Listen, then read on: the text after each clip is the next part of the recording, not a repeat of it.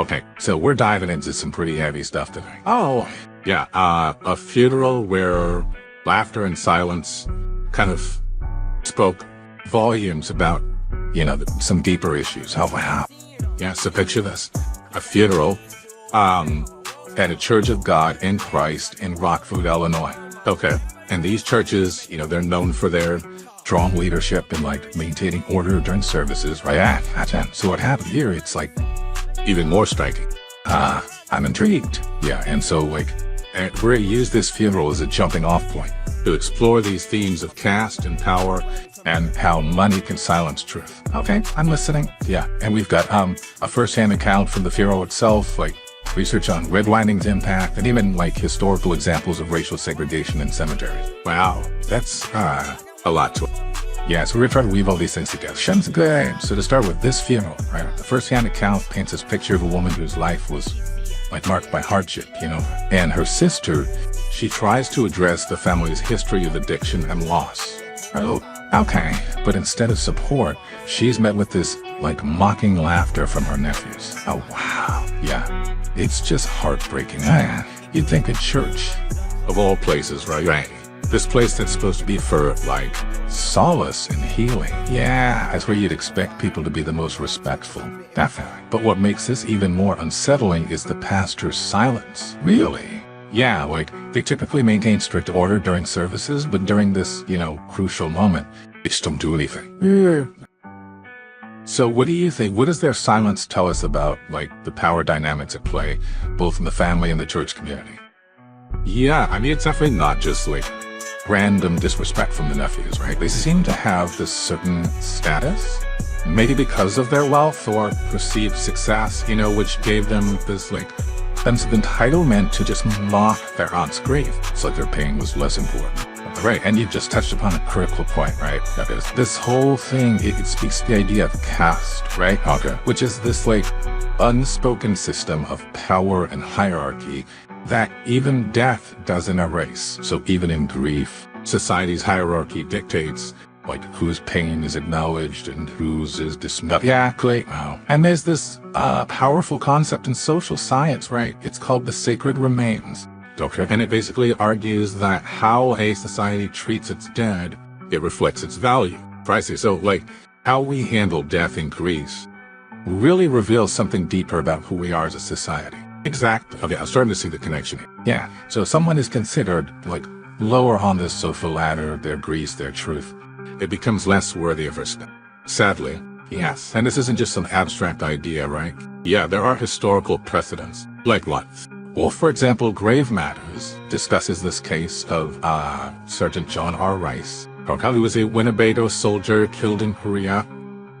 And he was denied burial in a white cemetery in Sioux City, Iowa, just because of his race. No way, seriously. Yeah, and the justification they gave. What would they say? The restriction to members of the Caucasian race is almost as old as the cemetery.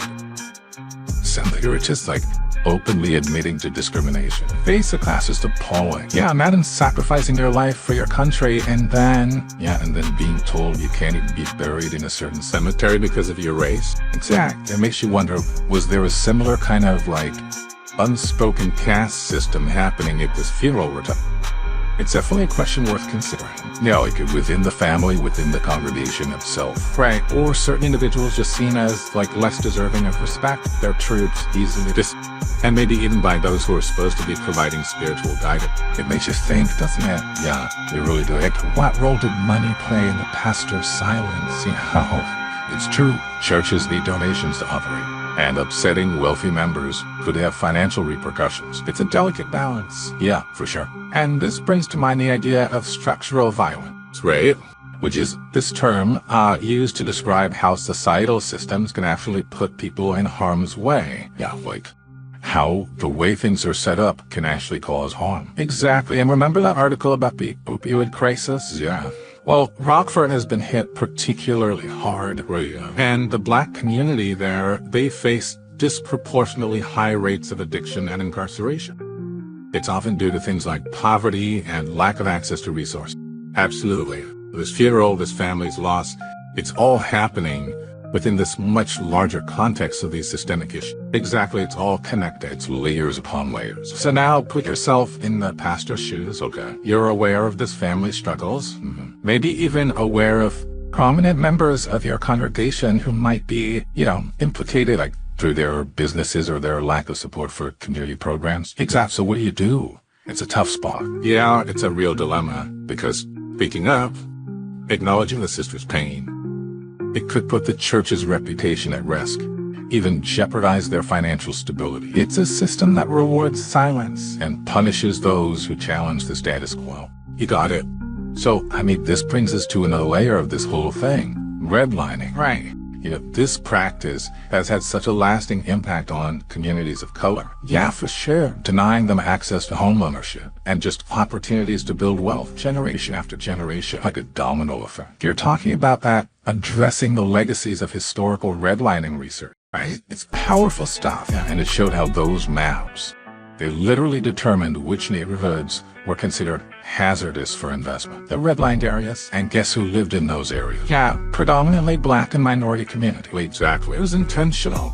Now, while we don't have, concrete evidence that redlining directly impacted the cemetery or the funeral home or the church in this case, we can't ignore that they exist within a community that's, deeply shaped by its legacy. Right, the history hangs over everything. Yeah, so generations of harm passed down from these policies to the very real struggles that this family and countless others in Rockford are facing. Like a ripple effect. Yeah, exactly. So what we're seeing here with this funeral is that it's not an isolated incident. Right, it's a symptom of something much bigger. Exactly. It exposes these deep-seated inequities that shape our communities, our institutions, even our sacred space. It's a lot to take in, for sure. Yeah, it's heavy stuff, but it's also really eye-opening. Yeah, it makes you question everything. Totally. And in the midst of all of this, we can't forget about that sister. The one who spoke up. Yeah, her attempt to be honest. Despite the ridicule, it was incredibly great. Absolutely. Her words, they were met with laughter and silence, but they held the potential to break a cycle of harm. It's like she was trying to shine a light on this, darkness.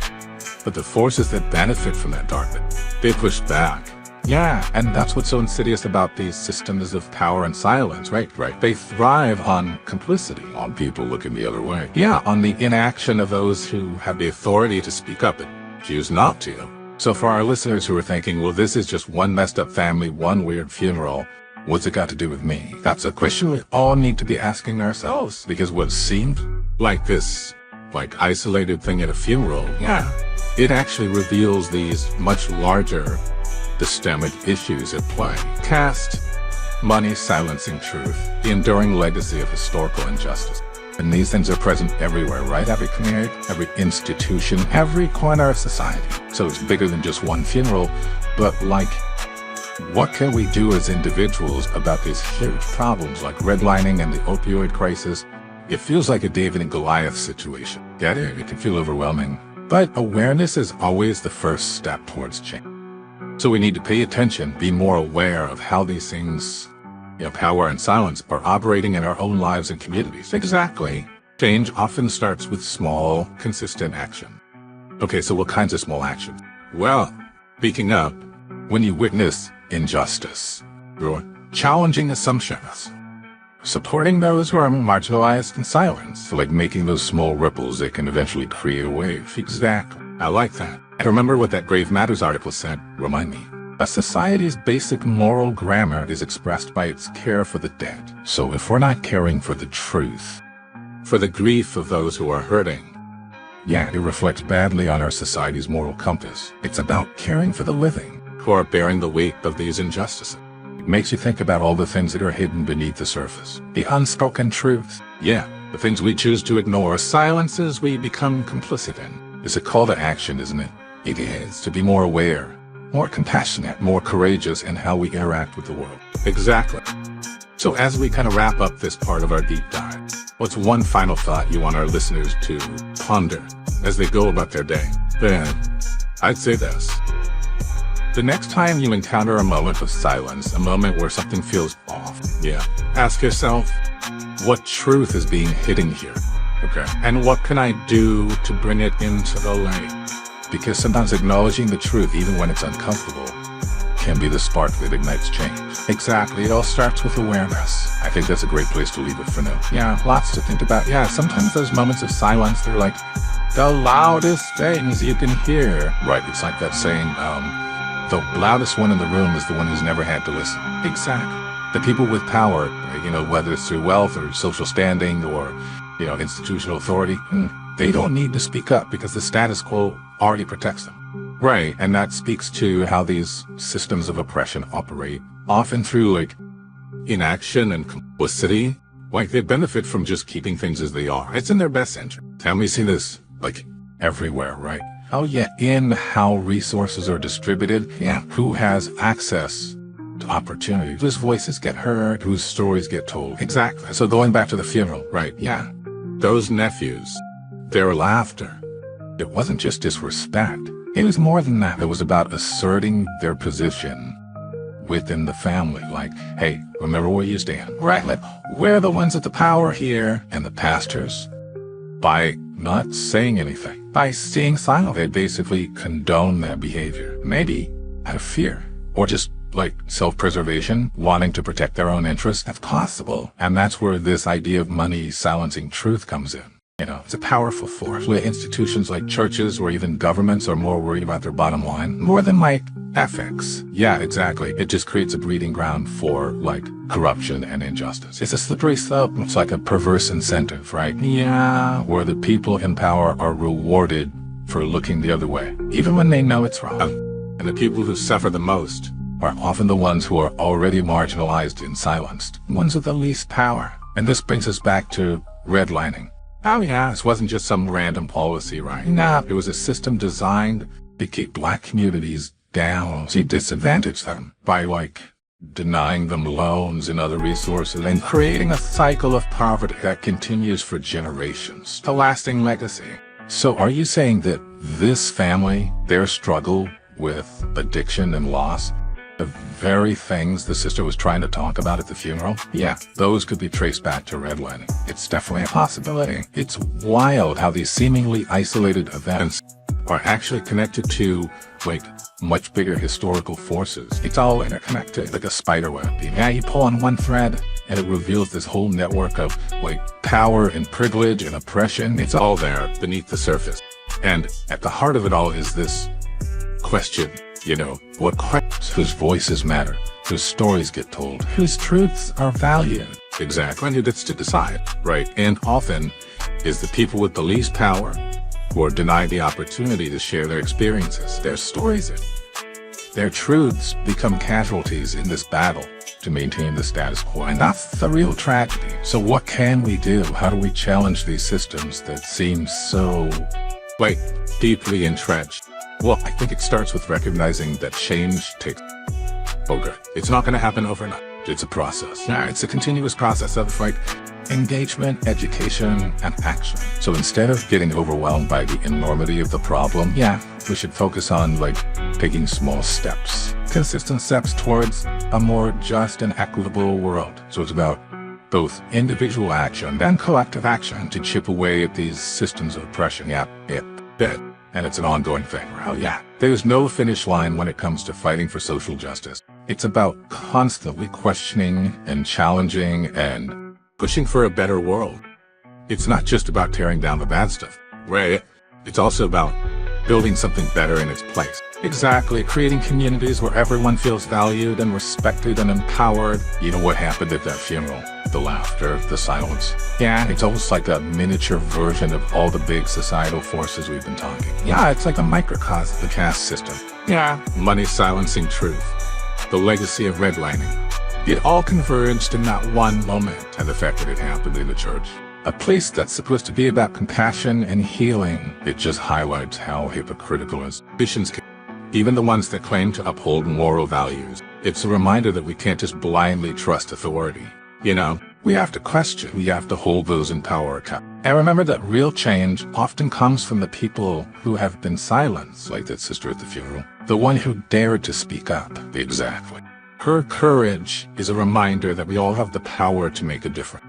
So as we move towards the final part of our deep dive, what's one last thought you want to leave our listeners with? What's the call to action? I'd say, don't be afraid To be uncomfortable?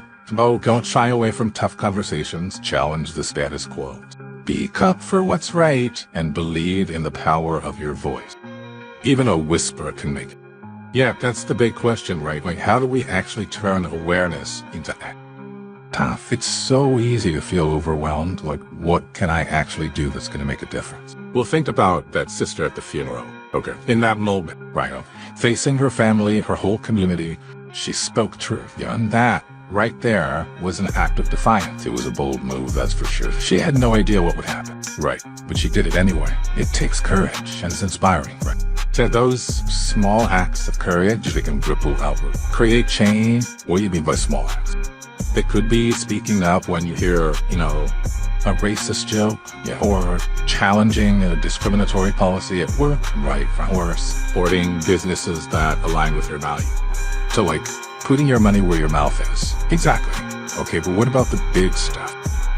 Red lighting. Yeah, it feels like it needs, major policy changes, not just me doing little things. Systemic change is definitely crucial, but it often starts with individuals advocating for those changes. So like, how do I do that? Educate yourself. Okay. Support organizations that are fighting for justice. Vote for candidates who actually prioritize these issues. So individual action can lead to collective action, which can lead to systemic change. That's the idea. It's all connected. And it's a constant process, right? Right. There's no finish line when it comes to social justice. It's about always questioning, always challenging, always pushing for a better world.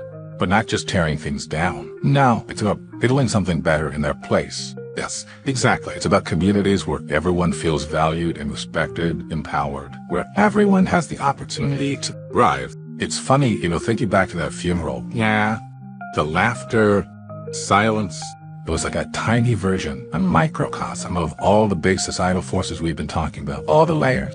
Caste system, money, silencing truth, red line, all converging in that one moment. And it happened in a church, a place that be about compassion and healing. It shows how, hypocritical institutions can be, even the ones that are supposed to be moral authority. So it's like we have to think critically. Shouldn't authority hold people accountable? And remember that change often comes from the margins. And the people who have been silent, like that sister, dared to speak up. Exactly. Or courage. The reminder that we can all make a difference. So as we wrap up, what I want you to take away from this is, don't be afraid to be uncomfortable. Okay. Don't shy away from tough conversation. We gotta challenge the status quo. Speak up for what's right, and most importantly, don't underestimate your own voice. Because when we all speak up together, it can become a force for change. We can build a world where everyone's grief is acknowledged, where truth is heard, and where justice and compassion are the guiding principles. That's the world I want to live in. Me too. And thanks for joining us on this deep dive. Yeah, it's been a great conversation, and we'll see you next time.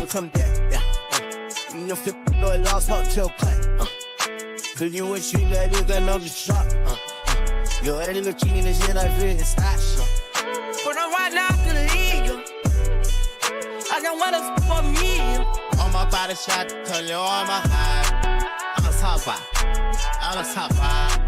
GC, well, yeah, they make key. From cowboy boots to suits and glass towers. I bring dreams alive, yet hold the power. Whether in a farmer's stash or big spender's drip, I'm the lifeblood flowing on this financial trip. Watch me ink with portraits, stories untold. As I change every nine, silver and gold. Fans in the country or auctions of fine art. In the life circus, I play every part.